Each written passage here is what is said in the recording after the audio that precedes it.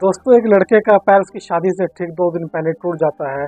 लोग उसको अस्पताल में लेकर जाते हैं, उसके पैर की सर्जरी होती है। तमाम लोग उसको देखने के लिए आए, देखकर वापस चले जाते हैं। वहाँ लड़की भी आती है जिससे उसकी 2 दिन बाद शादी होनी थी, उसको देखने के लिए। लेकिन दोस्तों उसका दिल नहीं कर रहा था कि उसको छोड़कर ऐसी हालत में वापस जाए। उसकी सेवा करना चाहती थी। दोस्तों, घर वालों की सहमति से वह वहाँ रुक जाती है। अस्पताल में एक प्राइवेट कमरा लिया जाता है जिसमें उस लड़के को शिफ्ट किया जाता है। वो लड़की उसके साथ रहना चाहती, उसकी सेवा पानी करती, उसको दवा पानी देती, हाथ से खाना खिलाती, बहुत देखभाल करती, उसको सहारा देती, उसका सर दबाती, उससे बातें करती, तमाम अच्छी अच्छी। दोस्तों, लोग उस लड़की की बहुत तारीफ करते हैं कि कितनी अच्छी लड़की है, कि शादी नहीं हुई है लेकिन इस तरीके से सेवा कर रही है। दोस्तों, जब 15 दिन बीतते हैं, लड़का कुछ ठीक होता है, उस लड़की के कंधे का सहारा लेकर 5-10 कदम चलने लगता है। तभी भी एक दिन रात को वो उससे बहकी बहकी बातें करने लगता है। लड़की शर्मा जाती है, बोलती है, आज ही आप कैसी बातें कर रहे हो। वो उसके सामने रिश्ता बनाने की चाह रखता है। वो उसको मना करती है लेकिन वह हद से ज़्यादा रिक्वेस्ट करने लगता है। लड़की बार बार उसको मना करती है, लेकिन दोस्तों प्राइवेट वार्ड में, अस्पताल में वो लड़का उस लड़की को इतना मजबूर कर देता है कि जिसकी कोई लिमिट नहीं होती। दोस्तों, बहुत इंटरेस्टिंग कहानी है, बहुत शानदार कहानी है। आइए जानते हैं पूरी कहानी वीडियो में। लेकिन वीडियो में आगे बढ़ने से पहले आपके पास एक ही रिक्वेस्ट है कि आप वीडियो को लाइक कर दीजिए और चैनल पर नए हैं चैनल को सब्सक्राइब कर लीजिए ताकि मेरा हौसला बढ़ता रहे। दोस्तों, यह कहानी हरियाणा के भिवानी जिले की है। जो लड़का होता है उसका नाम दीपक। उसकी शादी के 2 दिन बचे थे। सारे मेहमान घर में जुट चुके थे। अप्रैल का महीना था, गर्मी का मौसम था, तो सारे लोग छत पर सोने की इच्छा जाहिर करते हैं। मेहमान लोग सब लोग छत पर सोने चले जाते हैं। दीपक भी जाता है, लेकिन अंधेरे में पता नहीं कैसे वह छत से गिर जाता है। उसके गिरते ही शोर मच जाता है, वह हड़कंप मच जाता है। उसको आनन फानन में अस्पताल लेकर जाया जाता है। वहाँ पर पता चलता है कि बुरी तरीके से उसके पैर में फ्रैक्चर है। उसके बाद डॉक्टर उसकी सर्जरी को बोलते हैं।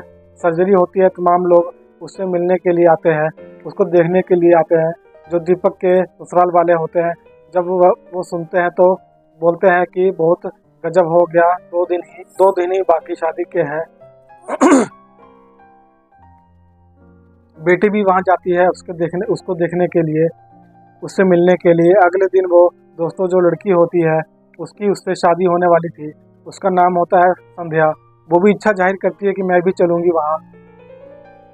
जब लोग वहाँ पहुँचते हैं, दीपक से मिलते हैं, कई सारी बातें और डिस्कस होता है दीपक के पापा और संध्या के पापा के बीच कि भाई साहब अब क्या होगा।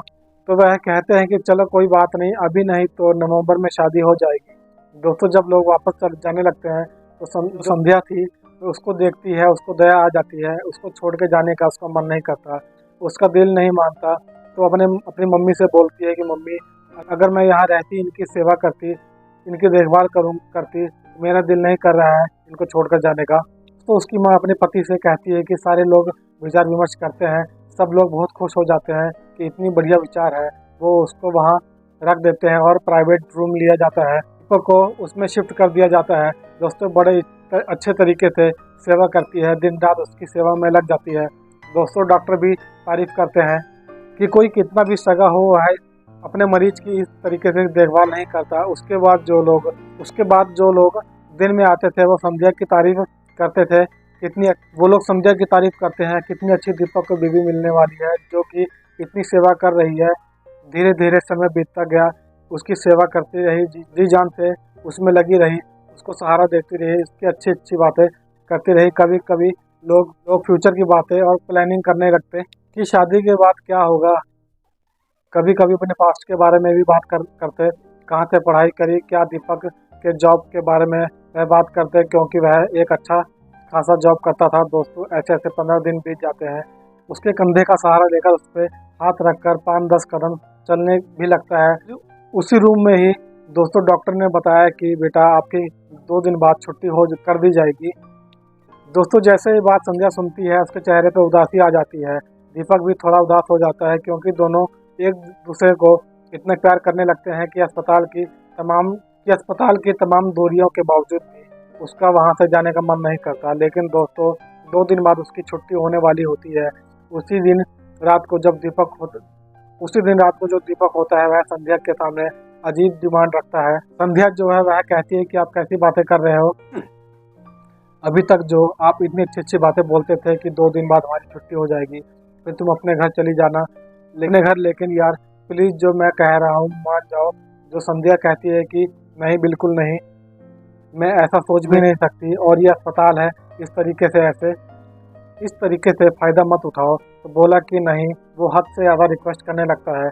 संध्या के सामने अब संध्या भी क्या करती, ऐसी ऐसी कस्में देने लगता है कि मजबूर हो जाती है। उसके ऊपर तरस खाकर वो जैसे कहता है वैसे मान जाती है। अब दोस्तों क्या करती है, अगले दिन भी वह वैसे ही उसको करता है। तीसरे दिन ही उसके बाद ठीक 17 दिन रहने के बाद उसके अस्पताल से छुट्टी हो जाती है। उसके बाद दीपक अपने घर चला जाता है। संध्या जो है वह भी अपने घर चली जाती है। दीपक जब अपने घर जाता है तो लोग संध्या की बड़ी तारीफ करते हैं और कहते हैं कि कितनी अच्छी बात है कि हमको ऐसी बहू मिलने वाली है, क्योंकि इस तरीके से लक्ष्मी समान। लेकिन दोस्तों जब शादी की बात होती है, यह होता है कि नवंबर में शादी कर दी जाएगी। दीपक से पूछते हैं कि दीपक कैसा रहेगा नवंबर का दिन। तो जो दीपक जवाब देता है वो तो किसी ने सपने में भी नहीं सोचा होगा। कहता है कि मैं उस लड़की से शादी नहीं करूंगा। दोस्तों जैसे ही लोग ये सुनते हैं वो सन्न रह जाते हैं, उसको समझाने लगते हैं कि तू पागल हो गया है, तू किस तरीके का मजाक कर रहा है। तो कहता है कि मैं मजाक नहीं कर रहा हूँ, मैं सही कह रहा हूँ, मैं उस लड़की से शादी नहीं कर सकता। अब दोस्तों उसको जो भी उसने सेवा की थी सब उसको याद दिलाया जाता है, लेकिन उसके ऊपर जरा सा भी कोई असर नहीं पड़ता। वह कहता है कि लड़की गंवार है, मैं मेरे से मैच नहीं करती, इसलिए मैं उससे शादी नहीं कर सकता। दोस्तों यह बात जब संध्या के माँ बाप को पता चलती है तो वो लोग भागे भागे उसके घर आते हैं। उसके पिताजी से बोलते हैं कि भाई साहब, मेरी बेटी 17 दिन तक आपके बेटे की सेवा करती रही, जी जान से लगी रही, सब लोग जानते हैं, सब रिश्तेदार मेरे जानते हैं, पूरा गांव जानता है। अब लोग ऐसा कर रहे हैं तो बताइए आखिर में मेरी इज्जत पानी है कि नहीं, मेरी बेटी की कोई क्रेडिट है कि नहीं। तो उन्हें बोला जाता है कि भाई साहब मैंने उसको बहुत समझाया, हम लोगों ने बहुत समझाया, लेकिन वो खुद ही मना कर रहा है। हमारे उसके ऊपर बहुत गुस्सा भी किया जाता है, दबाव डाला जाता है, लेकिन वह बिल्कुल हाँ करने को तैयार नहीं होता। तो इसके लिए मैं आपसे हाथ जोड़कर माफ़ी चाहता हूँ। क्या कर सकता हूँ दोस्तों। लोग चले जाते हैं। संध्या जो है वह भी कांटेक्ट करने की कोशिश करती है, लेकिन दीपक जो उससे बात भी नहीं करता। दोस्तों शादी को कैंसिल कर दिया जाता है। फिर 2023 अप्रैल में 2022 में पहली घटना हुई। अब 2023 अप्रैल में फिर से दीपक की किसी लड़की से शादी तय हो जाती है। लेकिन दोस्तों ऊपर वाले का कर्म देखिए, कहते हैं कि ऊपर वाले की लाठी में आवाज़ नहीं होती। उसका कर्म देखिए कि शादी के ठीक 5 दिन पहले दीपक का फिर से पैर टूट जाता है। अब की बार वो मोटरसाइकिल से जाता है, एक्सीडेंट हो जाता है और उसका दूसरा पैर टूट जाता है। फिर से वह अस्पताल में पहुंच जाता है। दोस्तों फिर से वही कहानी, फिर वही प्रक्रिया समय आने पर जो दोहरा रहा था। उसी अस्पताल में दीपक फिर से पहुंच जाता है। फिर उसको लोग देखने के लिए जाते हैं। फिर से वहाँ नए ससुराल वाले आते हैं। वह लड़की भी आती है, लेकिन दोस्तों हर लड़की एक जैसी नहीं होती। उसने जो है दीपक को पलट कर भी नहीं देखा। माँ बाप के बहुत कहने के बाद वह अस्पताल में आई थी दीपक से मिलने के लिए, लेकिन उसने दीपक से कोई बात भी नहीं करी। उसके बाद सारे लोग वहाँ से चले जाते हैं।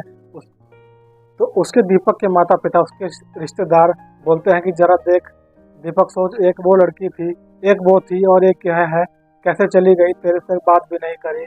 उसके बाद जब वो लोग घर गए, लड़की ने अपनी माता पिता से कहा कि मैं उससे शादी नहीं करूँगी।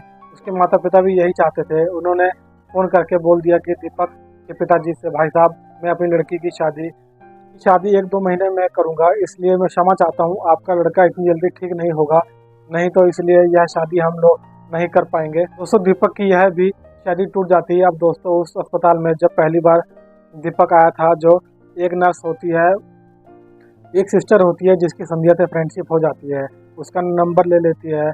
वहाँ से जाने के बाद भी दोनों एक दूसरे से बात करते हैं।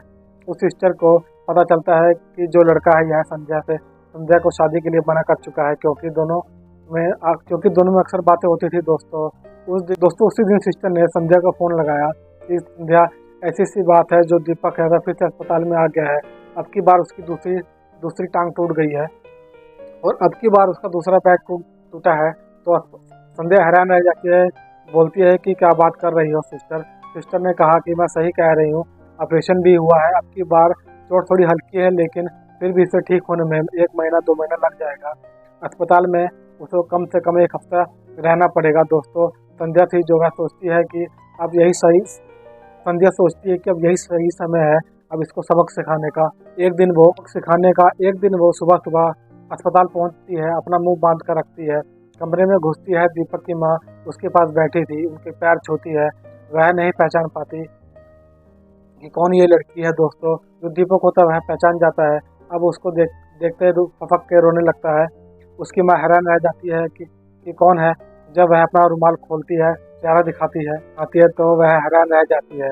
वो रोने लगती है, उसके गले लिपट जाती है, बोलती है बेटा माफ़ कर दो, इसने इतनी बड़ी गलती कर दी थी, यह इसकी कर्मों की सज़ा है। दोस्तों दीपक भी यह कहता है कि सॉरी, मैंने बहुत बड़ी गलती करी है, मुझे माफ़ कर दो, मेरा एक्सीडेंट नहीं हुआ है, यह मेरे कर्मों की सज़ा है।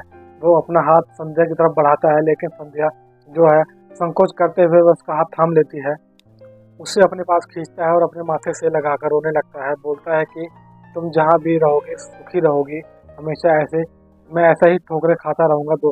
दोस्तों दोनों की ऐसी कहानी देखकर जो उसकी माँ होती है दीपक के कमरे से बाहर चली जाती है। फिर संध्या कहती है कि यह बताओ, जो मेरे समझ में आया मैंने किया, जो तुम्हें समझ में आया तुमने जो चाहा वह सब कुछ तुमने मेरे साथ किया। मैं तुमसे बहुत प्यार करती थी, मैं किसी को बता भी नहीं सकती थी कि तुमने मेरे साथ क्या क्या किया, लेकिन यहाँ से जाते ही तुम कैसे बदल गए, क्या कमी थी मुझ में, मैंने क्या कह दिया था कि क्या तुम्हारा कहना नहीं माना था, कौन सी सेवा में कमी रह गई थी, ऐसी कौन सी बात थी। जो दोस्तों दीपक के पास कोई जवाब नहीं होता, वह जो से रोता रहता है, बोलता है कि प्लीज़ मुझे माफ़ कर दो, जो मेरे दोस्त थे उन्होंने मेरा दिमाग ख़राब कर दिया था। मैंने जब उनसे तुम्हारी बातें सब शेयर करी तो उन्होंने मेरा दिमाग ख़राब कर दिया, अब मैं क्या बताऊं, लेकिन आज इसका सज़ा मुझे मिल चुका है। उसके बाद जो दीपक की मम्मी थी, उसके जो रिश्तेदार थे वे बाहर, उसके पापा भी थे, उसकी बहन भी थी, वो उनको बुलाकर लेके आती है।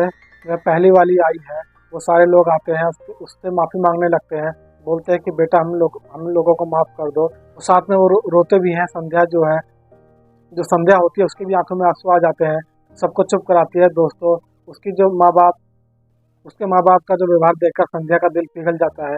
दीपक से कहती है कि दीपक मैं तुम्हें बहुत प्यार करती हूँ, लेकिन तुम इस तरीके से बदल गए जिससे मुझे बहुत दुख हुआ। दीपक उससे सारी बोलता है कि मैं तुम्हें बहुत प्यार करता हूँ, बहुत ही ज़्यादा करता हूँ, लेकिन दोस्तों की बातों में आ गया, अभी भी करता रहूँगा। दोस्तों जब यह बात संध्या सुनती है तो उसके पास जाती है, रोने लगता है, बोलता है कि एहसान करोगी मुझ पर। तो दोस्तों इस तरीके से बातें समाप्त होती हैं। दोनों की संध्या के मम्मी पापा को भी यह बातें पता चलती है। फिर इसे दोनों परिवार के लिए आगे बढ़ते हैं और नवंबर 2023 को संध्या और दीपक की शादी होती है। लेकिन अब की बार शुक्र है कि कोई हादसा नहीं हुआ था, शादी ठीक ठाक से हुई और दोनों पति पत्नी की तरह आराम से रह रहे थे। दोस्तों यह कहानी आप लोगों को कैसी लगी कमेंट करके जरूर बताइए, और ज़रा से भी अच्छी लगी हो तो चैनल को सब्सक्राइब कर लीजिए। फिर से मिलेंगे नई कहानी में। जय हिंद।